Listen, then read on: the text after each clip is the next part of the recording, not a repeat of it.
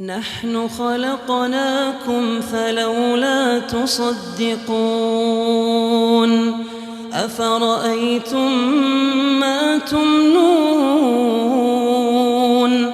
أأنتم تخلقونه أم نحن الخالقون نحن قدرنا بينكم الموت وما نحن بمسبوقين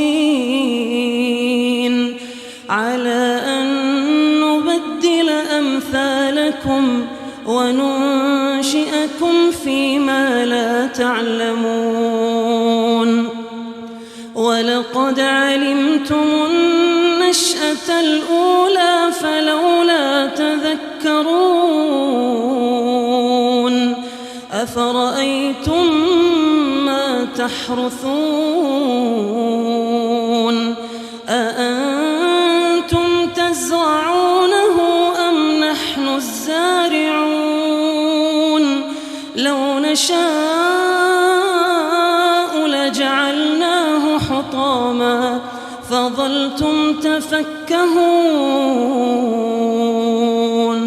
إنا لمغرمون بل نحن محرومون أفرأيتم الماء الذي تشربون أأنتم أنزلتموه من المزن أم نحن المنزلون لو نشاء جعلناه أجاجا فلولا تشكرون أفرأيتم النار التي تورون أأنتم أنشأتم شجرتها أم نحن المنشئون نحن جعلناها تذكرة ومتاعا للمقوين فسبح باسم ربك العظيم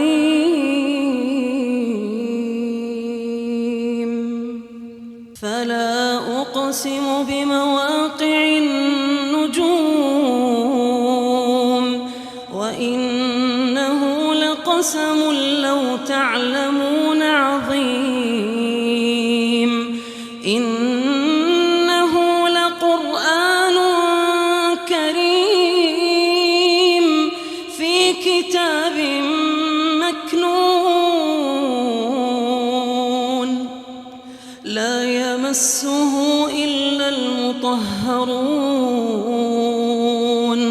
تنزيل من رب العالمين أفبهذا الحديث أنتم مدهنون وتجعلون رزقكم أنكم تكذبون فلولا إذا بلغت الحلقوم وأنتم حينئذ تنظرون ونحن أقرب إليه منكم ولكن لا تبصرون فلولا إن كنتم غير مدينين ترجعونها إن كنتم صادقين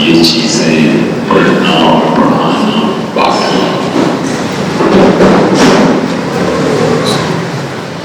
ایک حیثیت اس اجتماع کی یہ ہے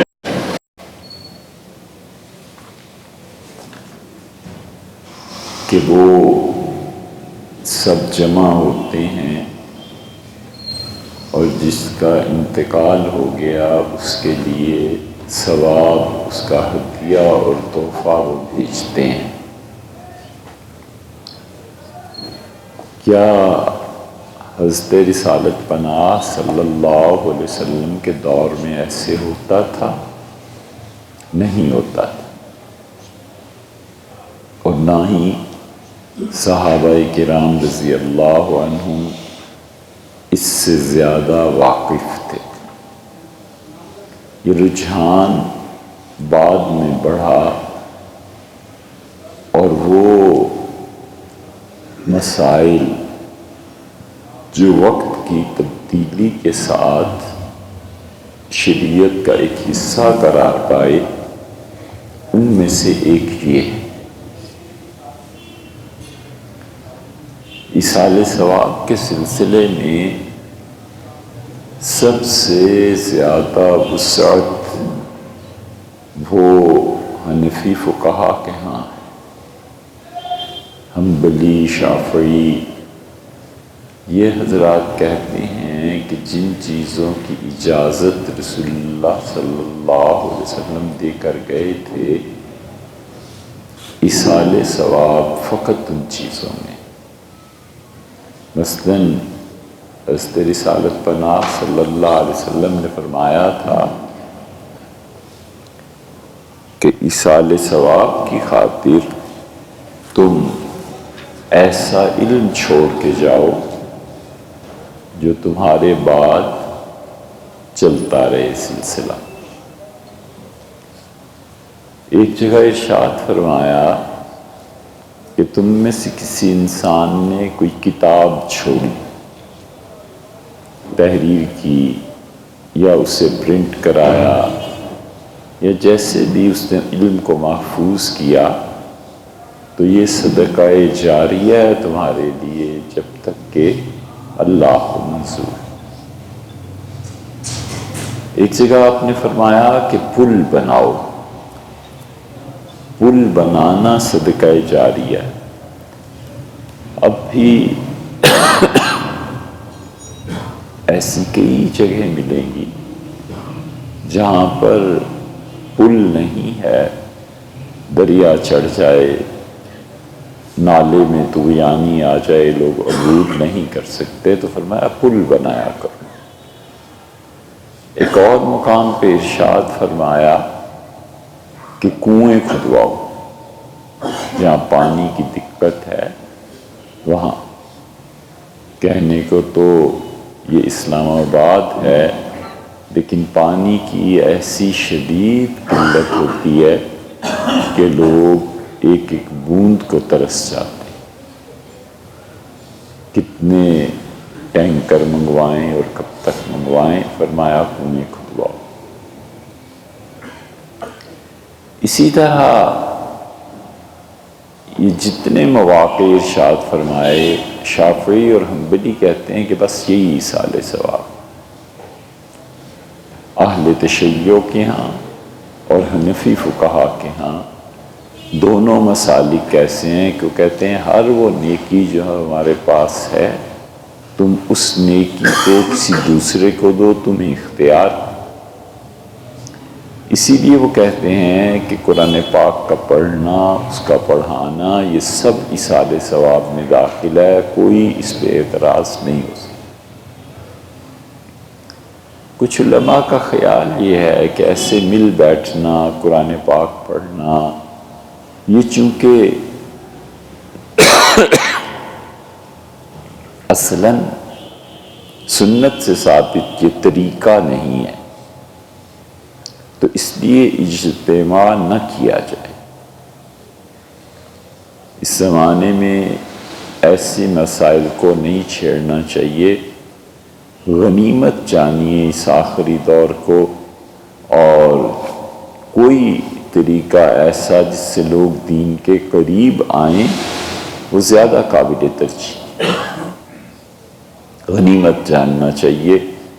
اسے ہم مکمل طور پہ بدعت بھی نہیں کہہ سکتے کہ پھر تو قرآن خوانی اور قرآن پڑھنے کا ثواب نہیں ملے گا، پھر تو ہمیں اس مسئلے میں جانا پڑے۔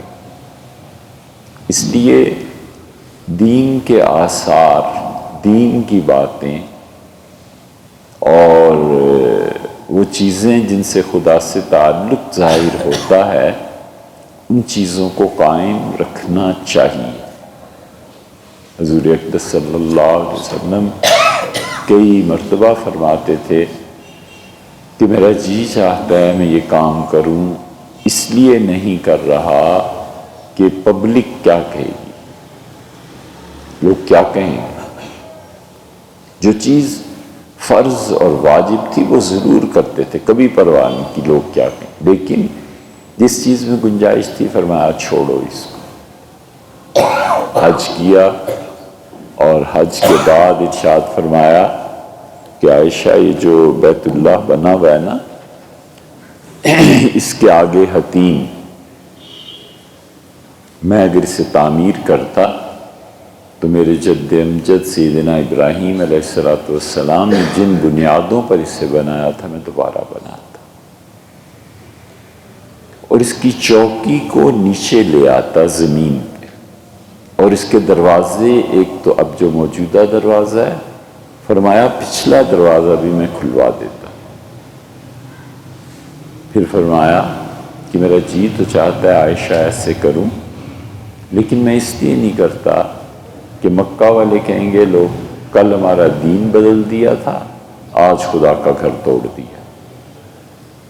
تو یہ چیز ایک مستحب کام، بہتر کام اگر کسی انسان کے ایمان میں خلل ڈالتا ہے نا تو بہتر کام نہ کیا جائے، چھوڑ دیا جائے۔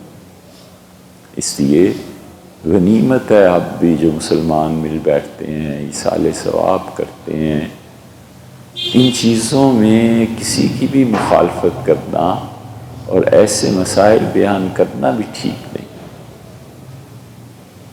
گوالیار ہندوستان میں ایک محلے والے ایسے تھے کہ ان کو نہ نماز کے صحیح پڑھنا نہ تلاوت کچھ نہیں، لیکن محرم میں وہ تعزیہ نکالتے تھے بہت زور و شور سے۔ شیعہ کہتے تھے کہ ہم حیران ہیں، یہ ہم اتنا مال نہیں خرچ کرتے جتنا سنی تعزیے پہ خرچ۔ کسی نے، ایک مفتی صاحب دیوبند میں تھے، ان سے جا کے ساری صورتحال کہی تو انہوں نے کہا میاں تعزیے کو نہ چھوڑیں، نکالتے رہو، بس تمہارے لیے یہ حکم ہے، باقی دنیا جانے ہم جانے، تم اس کو نہ چھوڑو۔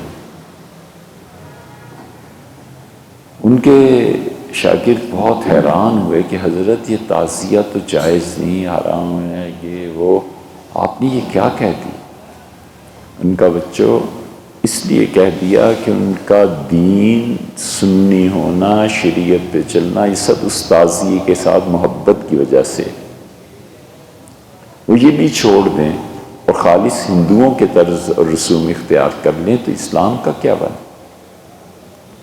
اسلام کے دائرے میں ہیں تو تم کہتے ہو نا تعزیہ ہو یا نہ ہو، جب اسلام ہی نہ رہا تو پھر کیا کرو؟ اس لیے بہت سے لوگ بسا اوقات دین کے نام پر ہی دین کی کسی ایسی چیز سے جڑے ہوئے ہوتے ہیں جو کچھ جائز کچھ ناجائز فتوے ایسے آتے ہیں۔ وہ جس چیز میں جڑے ہوئے ہیں انہیں جڑے رہنا چاہیے، تلقین کرنی چاہیے، آہستہ آہستہ تعلیم آتی ہے، تربیت ہوتی ہے۔ وہ مشائخ، وہ حضرات جو تربیت اور جو خانقاہیں تھیں ختم ہو گئی، لیکن ان کی روحانیت اتنی ٹھوس اور مستحکم تھی کہ ان کے فیوزات، ان کی برکات اب تک پائی جاتی۔ اس لیے بہت سی چیزیں مبالغے کی نظر ہو گئی، بہت سی چیزیں غلو کی نظر ہو گئیں.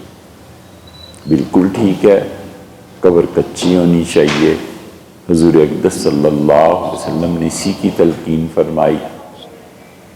اور اب ایسا اس میں بھی مبالغہ کرنے لگے ہیں بعض حضرات کہ وہ کہتے ہیں قبر پہ کوئی تختی بھی نہ لگاؤ.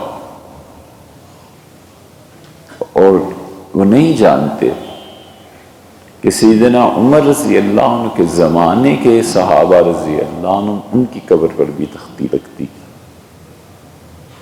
اور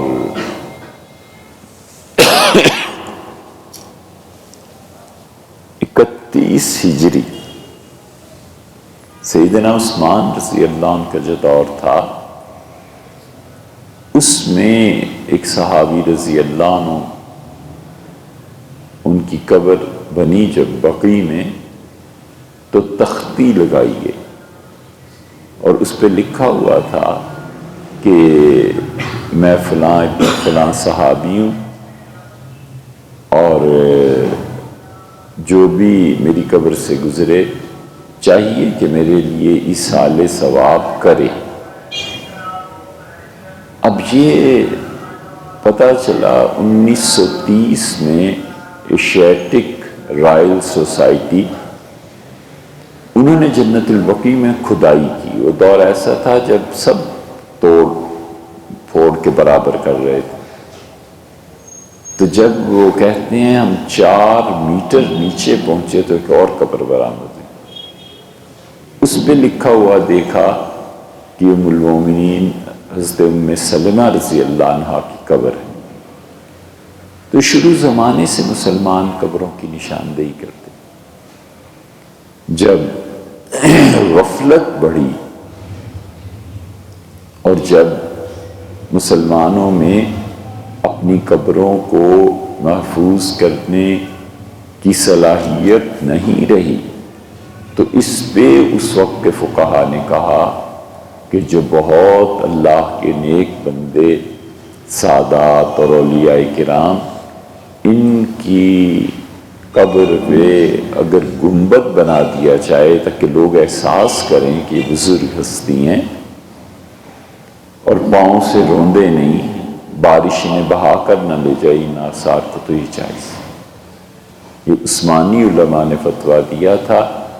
سب سے پہلے جنت البقیع میں سیدنا عباس رضی اللہ عنہ اور پھر اس کے بعد امیر المومنین سیدنا عثمان رضی اللہ عنہ کی قبروں پر، قبریں کچی تھیں، اوپر گنبد بنائے گئے.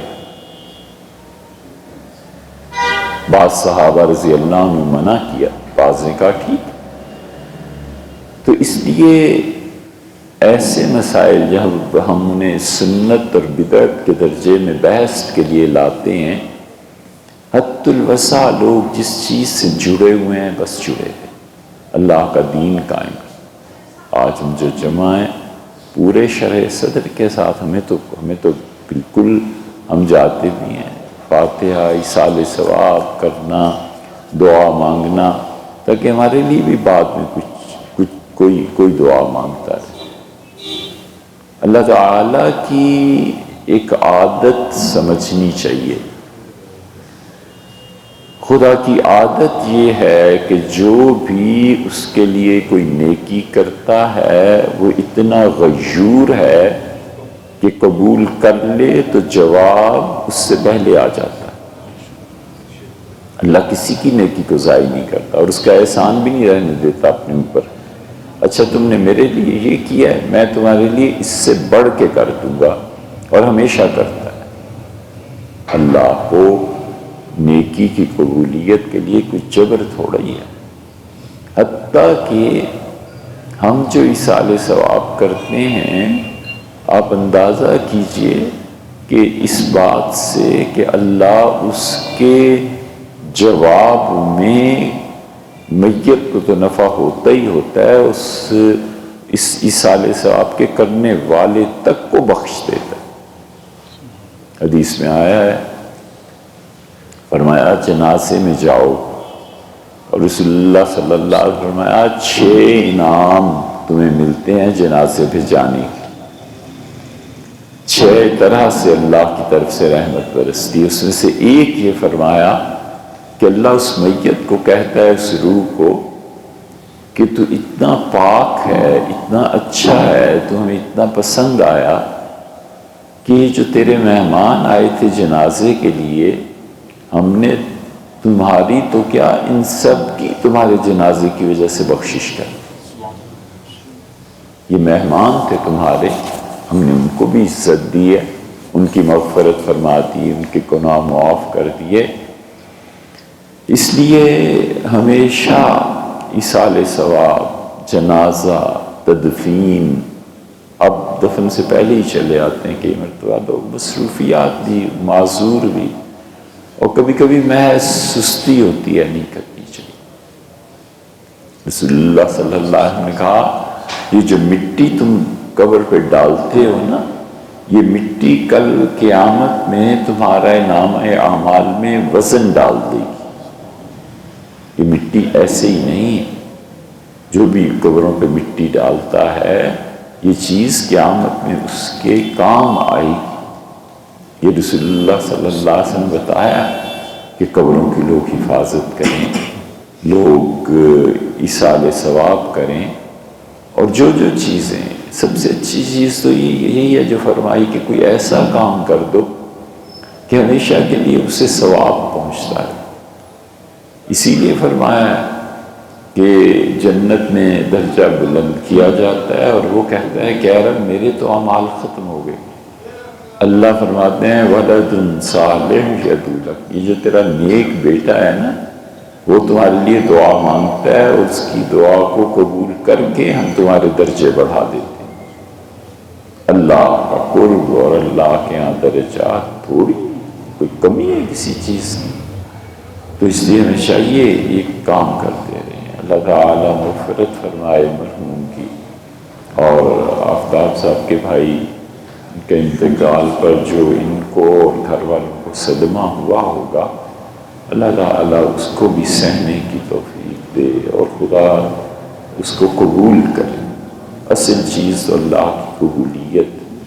کون کہہ سکتا ہے کہ میرا فلاں عمل قبول ہوا کہ رد ہوا؟ کچھ پتہ نہیں ہے، بس اللہ ہی کو معلوم ہے. اور وہ قیامت میں ہی کھلے گا کہ ہمارے کس عمل نے ہمیں کہاں پہنچا. حاجی طاہر صاحب کی اہلیت کی دعا کریں.